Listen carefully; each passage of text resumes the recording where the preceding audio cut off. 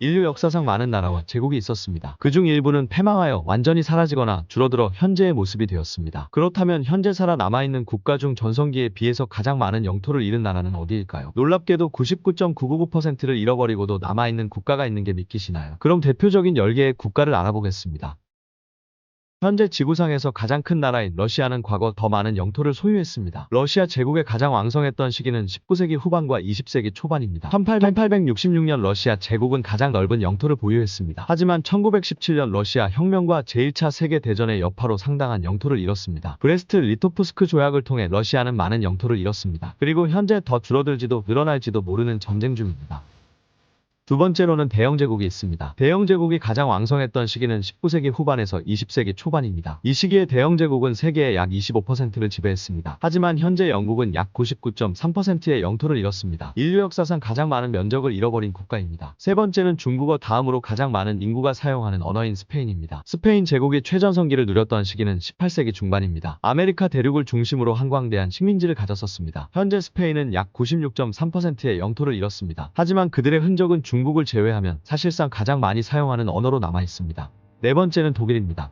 히스토리아. 독일이 가장 넓은 영토를 가졌던 시기는 제2차 세계대전 중입니다. 나치 독일로서 유럽에 많은 영토를 가졌었지만 현재 독일은 약 90.35%의 영토를 잃었습니다.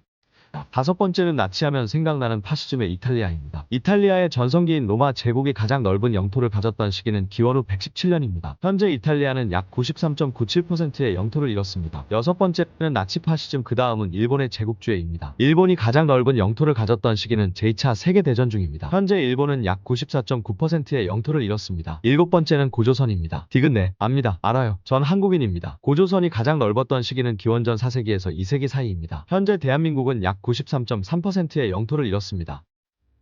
여덟 번째는 유럽을 공포로 몰아넣은 몽골 제국입니다. 몽골 제국이 가장 큰 영토를 가졌던 시기는 13세기 중반입니다. 현재 몽골은 약 95.3%의 영토를 잃었습니다. 중국 때문에 더 많은 영토를 잃어가고 있는 상황입니다.